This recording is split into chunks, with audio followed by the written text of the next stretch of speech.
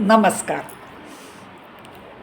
सारखं ते भोंदूबाबा, अशोक खरात हे नाव ऐकताना खरात खरात खरात हे नाव कानात गेल्यावर मला माझ्या लहानपणाची आठवण येते. मी लहान असताना म्हणजे मी लहान होते त्यावेळेला मी टिळकनगर चेंबूर मुंबई इथे राहत होते. तर आमची बर्माशेलची कॉलनी होती आणि सगळे बर्माशेलमध्ये कामाला होते. आम्हाला आमच्या पालकांना जे जे बर्माशेलमध्ये कामाला होते त्यांना 10 तारखेला पगार यायचा.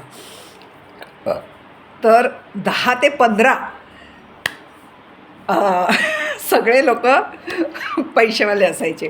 त्यात हे एक जे खरात कुटुंब होतं, म्हणजे आम्ही ते खूप वयस्कर होते, त्याच वेळेला ते मी जेव्हा लहान होते, मला वाटलं 4थी-5वीला असताना ते निवृत्तीला आले होते खरे तर ते. पण ते असं ऐकून आहे की इथे लागायच्या आधी, बर्माशेलमध्ये लागायच्या आधी एका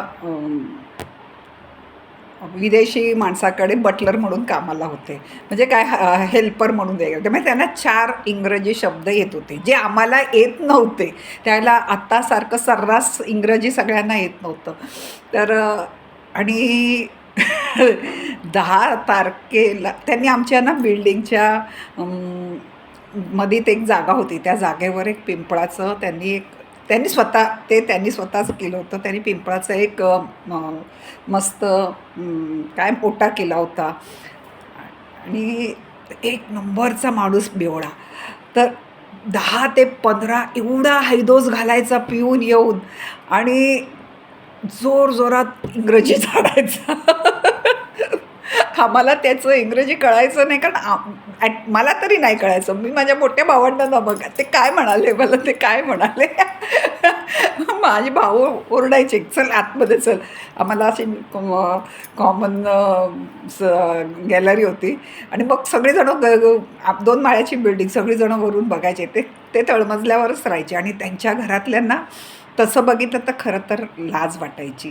आणि त्यांच्या घरात त्यांचा मुलगा होता, सून होती, बायको होती. बायको तर खूपच चांगली. कधी ती घरातून फक्त सार्वजनिक आमच्याकडे शौचालय वगैरे होतं म्हणून तेवढ्यापुरती ती काय बाहेर यायची तीच. एकदम घरातच असायची. खूप कमी बोलायची. कोणामध्ये मिसळणं नाही, मिळणं मिसळणं हा प्रकार नाही. तिचं काम भलं की ती भली, अशी ती होती. सूनबाईसुद्धा तशीच. म्हणजे त्या दोन्ही बायका घरात आहेत. एका घरात 2 बायका आहेत हेही कळेना. आणि त्यांना नातवंड होती. ती नातवंड आमच्याबरोबर शाळेत होती. त्या नातवंडांना पण त्यामुळे लाज वाटायची. 8-9 तारीख आली की म्हणजे आम्ही शाळेत वगैरे असताना मग ती म्हणायची, मग आता आमच्या घरी आजोबांचा गोंधळ सुरू होईल म्हणून. त्यावेळेला कसं लवकर लग्न व्हायचे, त्यामुळे आजोबासुद्धा त्या मानाने म्हणजे व्यवस्थित यंग असायचे. आणि झालं आणि ते ना स्वतःची एवढे एवढे की त्यांना चालता येत नाही एवढे पिऊन असायचे. आणि सगळ्या मुलांना, आम्ही मुलं खेळत असायचो खाली, मग खेळत असेल तर मुलांना आणि पिऊन आले म्हटल्यावर आम्ही पळायचो.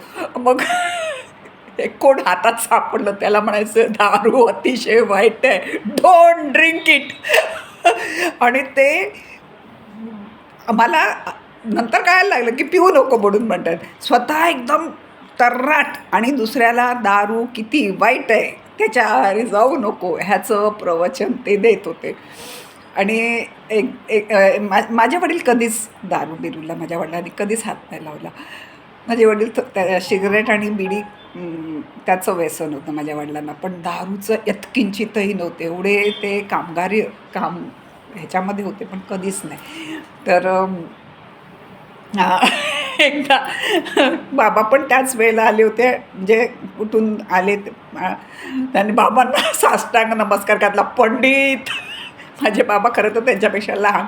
पंडित पंडित तुझ्यासारखं मला नाही राहता येत, मला कळतंय मी चुकतोय. आणि मग त्यांचं इंग्रजी झाडणं, ते काय शब्द वगैरे. मग माझ्या वडिला आणि त्यांचा तोल जात होता. माझ्या वडिलांनी त्यांना घरापर्यंत सोडलं आणि माझे वडील म्हणाले, आज जा घरी, तमाशा करू नका, सगळ्या मुलांचे अभ्यास आहे, परीक्षा आहे. मला वाटतं त्यावेळेला परीक्षेचीच वेळ होती. जा घरी, आता तमाशा करू नका, मुलांना तुमच्यामुळे त्रास होतो. हो पंडित, तुमचं ऐकणार, आज मी तमाशा नाही करणार." जाऊन गुडूप झोपले. तर असा आ- आ- आ- असा तो असे ते व्यक्ती होते. आम्हाला असं वाटायचं की आता वडिलांचा एवढा तमाशा मुलांनी नातवंडांनी पाहिलेला आहे, तर ह्यांची मुलं आणि नातवंड तरी चांगली नाही, मुलगा आणि पण बाबा जाईपर्यंत त्या मुलाचा एवढा आवाज आम्ही ऐकला नाही दारू पिऊन. पण जसे बाबा गेले, म्हणजे ते मोठे सिनियर खरात गेले, त्याच्यानंतर त्या छोट्या खराची पण सुरुवात झाली. त्यांना पण मला वाटतं बर्माशेलमध्येच काम मिळालं होतं. मग त्याची आम 10 ते 15 तारखेला आमच्या बिल्डिंगमध्ये पहिल्यांदा सिनियर खरात, नंतर ज्युनियर खराची तिथे मस्त पण हा इंग्रज आणलेला नव्हता, त्यामुळे ह्याचे सगळं मराठी असायचं आणि त्याच्या बाबांचं सगळं इंग्रजीमध्ये भाषण असायचं. आता ते सतत अशोक खरात ऐकून म्हणजे भोंदू बाबाचं ऐकून मला पटकन त्यांची आठवण आली. आणि जर मी चुकत नसेल तर त्यांच्या नातवाचंही नाव अशोक खरात होतं. मला नाही वाटत की मला म्हणजे त्यांचा चेहरा बघितल्यावर तो माझ्या बिल्डिंगमधला असेल असं वाटत नाही. जेव्हा आम्ही एकत्र खेळताना लहानपणी तो वाटत नाही. असेल तर कल्पना नाही. पण मला खरात ऐकताना ह्या गोष्टी आठवल्या. अशी व्यक्तिमत्व असतात नाही एखाद्या म्हणजे सार्वजनिक जेव्हा गॅलरी वगैरे असते तेव्हा अशा व्यक्तिमत्वांचं जास्त लक्षात राहतं. आत्ताच्या ह्या ब्लॉक सिस्टीममध्ये तेवढे कळत नाही. आमच्या कामगार वसाहतीत असे दंगे असे तर नाटकं तुफान नेहमी असायचे. आज ते अशोक खरात्यांचं भोंदूबाबांचं ऐकताना मला त्यांची आठवण आली, त्या मोठ्या सिनियर खरातांची. आणि पण एक मात्र सांगेन,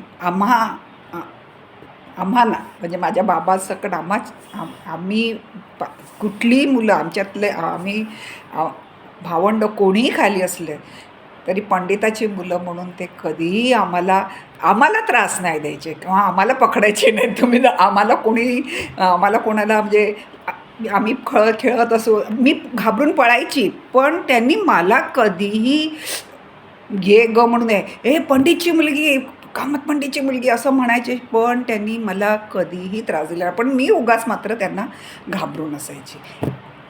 तुम्ही माझी ऐकताय त्याबद्दल मी खूप आभारी आहे.